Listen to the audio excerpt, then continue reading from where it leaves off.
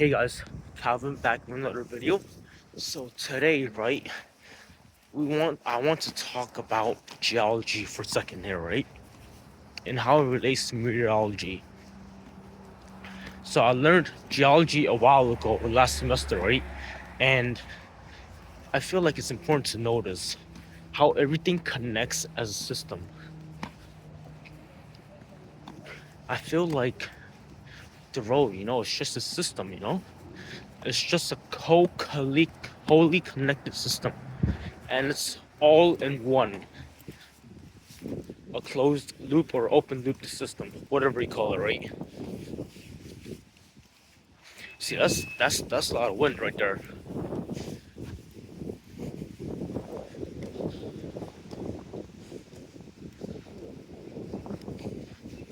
Yeah, that's a lot of wind.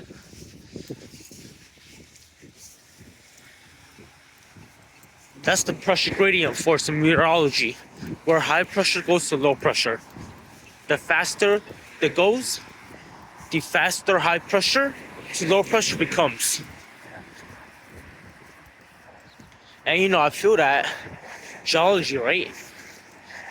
If our so I learned this recently, but the earth beneath us, right? Our feet, we're walking on right now, are just tectonic plates that are moving apart. They're just moving, right? There's multiple tectonic plates that are very large and moving, moving underward us, right? And moving side to side. And I'm like, is this really?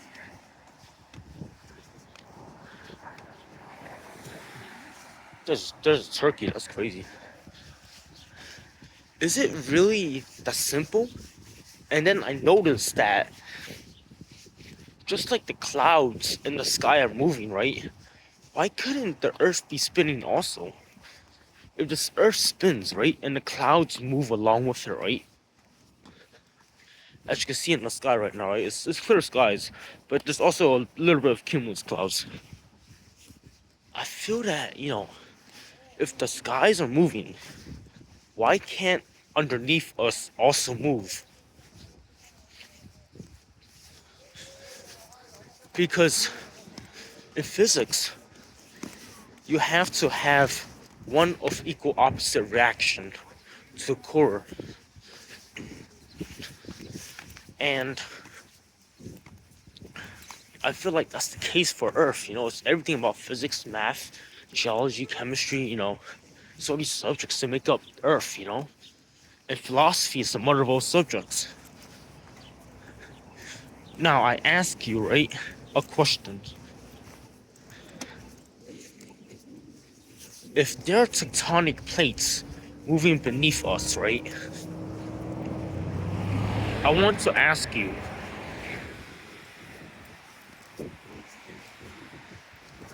where did it come from? Oh, speaker. Yeah, basically, right? Where did it come from? Tectonic plates, right? I want you to visualize it, for example, right? And tell me, what do you see? Now, think about it for a second, right? You might have visualized it from a previous history lesson, right? About the Earth forming, right? The Earth forming from like the moon hitting premature Earth, and that's how it became Earth, And that's how, because tectonic plates were already there from the beginning, the moon collided with Earth. Well, we couldn't say moon, we could say like eucalyptus, No, not the eucalyptus, but like the pre-moon, right? Pre-moon.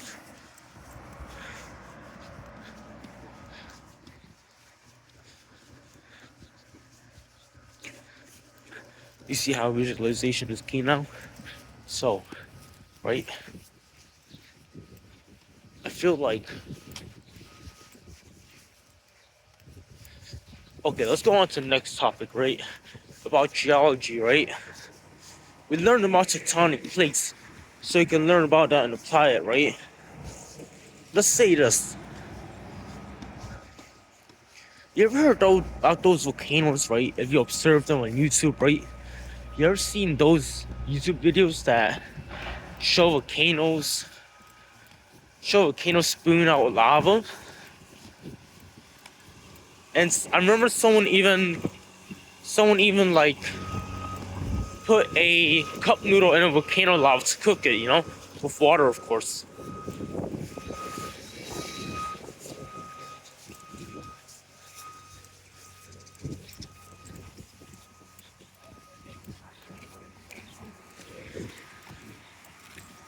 And I feel like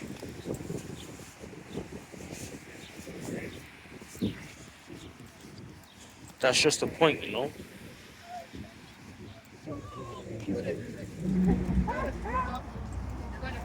I feel like,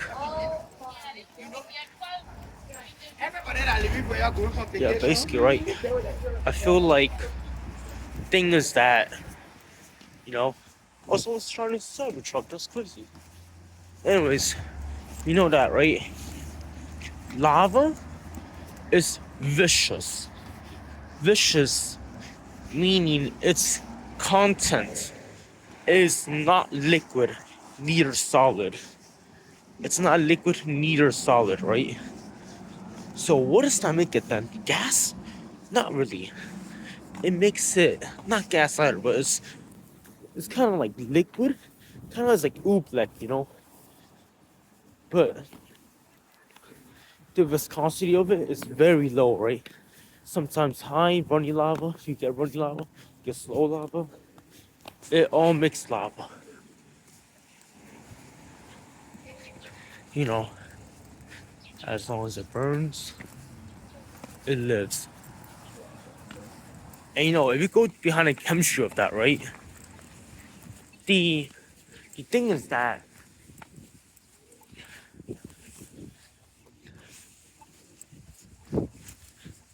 that the lava takes up oxygen. You know why? Because the chemistry behind it is that if something burns, it uses oxygen. Almost everything uses oxygen in Earth, in the universe, like a vacuum of space. Then does that mean there's oxygen in space originally? That's not possible. You know why? Because, hold on, the wind.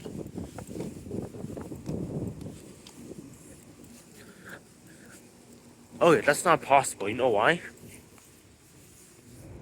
Because of the fact that you need all these systems in place to mix oxygen. And you know that trees make oxygen. Cyanobacteria makes oxygen.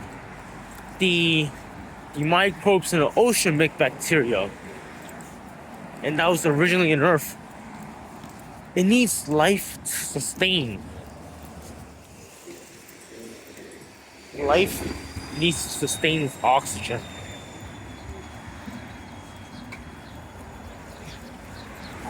So, right, my question is, how does life form naturally? How do we become as is? Who created us? You might say God, but science says no. Well, we're probably learning about God through science, learning about nature through science, you know. I feel like, you know, Earth. Right. Let's go through another geology session. So, the point is, what I'm making about is what is it again? Right. Lava, right? Lava. There's slow lava and there's fast lava, right? There's many types of lava, right? Let's say a volcano explodes, right? And some ashes and pyroclastic debris comes out, right? Oh yeah, also there's pyroclastic volcano. If you know from Genshin Impact, it's basically pyro for fire. hydro for water, amino for wind, stuff. Segregation impact, yeah. It's helped me a lot in these ways.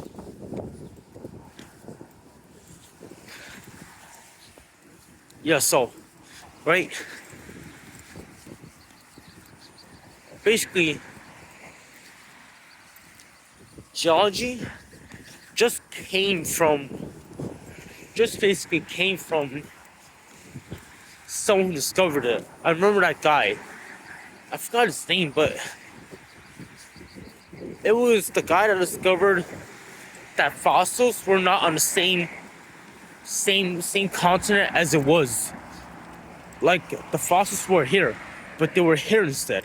They were supposed to be here, but they were here instead. So how did it come over here from here, right? So he figured that continents must have shifted, and that's what became known as Pangea before.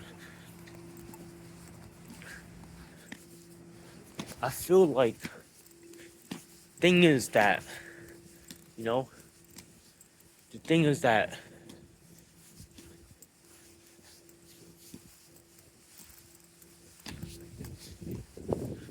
what's coming?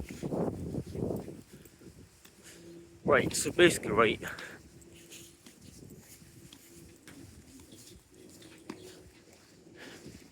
geology is just geo is earth, and study of earth is geology, right? Logy is study of geology, study of earth, meteorology, study of weather, you know, hydrology, study of water, sedimentology, study of sediments. If you understand these, then you'll be well on your way, you know, like from Genshin Impact,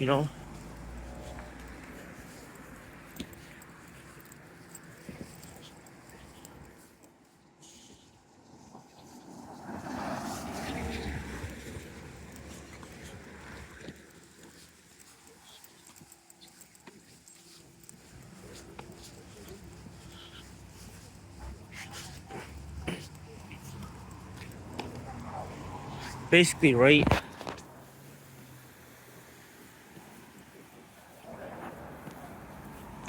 There's also the point about like, let's see here. What else did I learn from geology, right? Well, I did learn there are three main rock types, which are sedimentary rock, metamorphic rock, and what do you call it? Tension rock, right? Three stresses, and three rock types. Uh, so sedimentary, metamorphic, and isometric, right? No, that's not it. The one that just burns, right?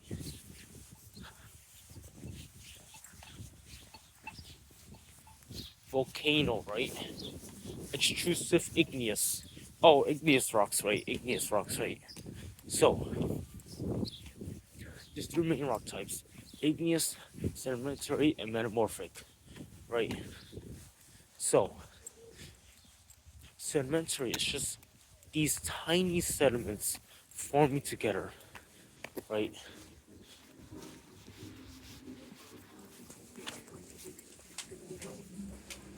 Well, right. You ever see that? As sediments tumble along a paved walk or a concrete, right? It makes rocks over millions of years, right? And you just smash a rock, it just breaks into a piece, right? That's where sediments came from. It slowly over time became compacted.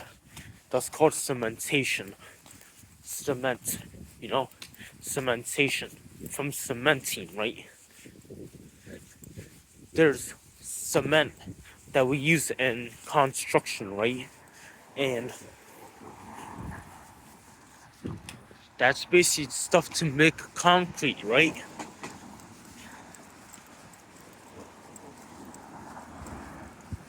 Thing is that, you know, Geology, I feel it's useful, but at the same time, it's kind of useless, you know. Otherwise, we would have never been here, you know. Never been here, you know, without it. But once you get into the much more advanced topics, you'll find it to be useful. Because you just look at a sedimentary rock and say, oh, wait, this formed from there, right? Tumbling over here, right? Or you look at igneous rock, right? And you instantly know that's coming from a volcano, right? An intrusive igneous rock, right? It's basically larger crystals because it has longer time to cool, right? And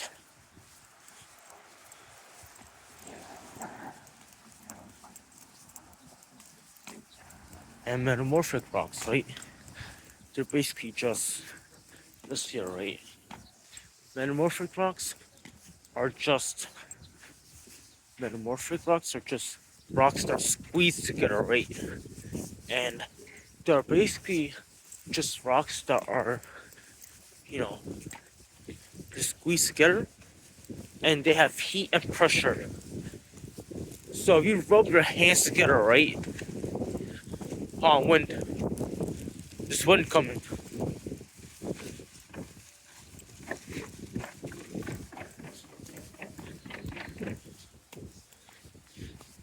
Alright, so basically, right? You know, as you rub your hands together, it gets warm and hot, right? Now, try to squeeze your hands together and rub it again. You know that it gets hot much faster, and it tends to be faster and hotter, right? That's what happens in friction in chemistry, and that's what happens in hot. That's right. That's what happens in friction in chemistry. So the metamorphic rocks tend to get hot, and then it just solidifies, you know, as it goes up. Like I said, hot air rises, cool air sinks. Because hot air is less dense, cool air is more dense. That's why it sinks, right?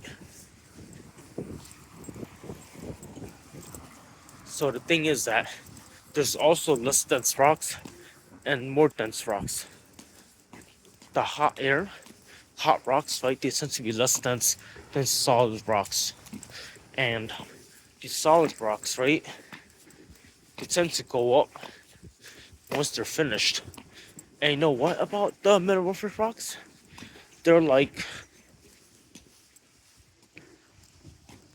they're just like, you know, what do you call it? They have like the grades of metamorphism, where you just like grade them based on how much they changed from the initial rock.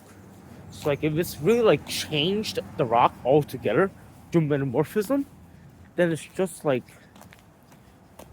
a higher grade metamorphism, right? And if it's a lower grade metamorphism, it's just a what do you call it? A lower changed metamorphism. It's through grading of changes.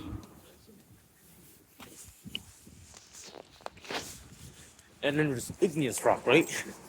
Intrusive igneous is just lying down on the ground. And intrusive igneous, right, is just lying down on the ground. Say this top half is extrusive and this down half is intrusive, right? Let's say there's a ground beneath the down half, right? Beneath my palm, right? And right? This part, or this part, right? The the uh, the crystals get bigger because once the volcano spews out debris, right, and it lands on the ground, then as it cools off, right, it's in contact with the ground, so it tends to stay hot consistently and makes crystals that are larger compared to extrusive, which is just on top and have wind blowing through them, right? And that's all I want to talk about. Thanks for watching.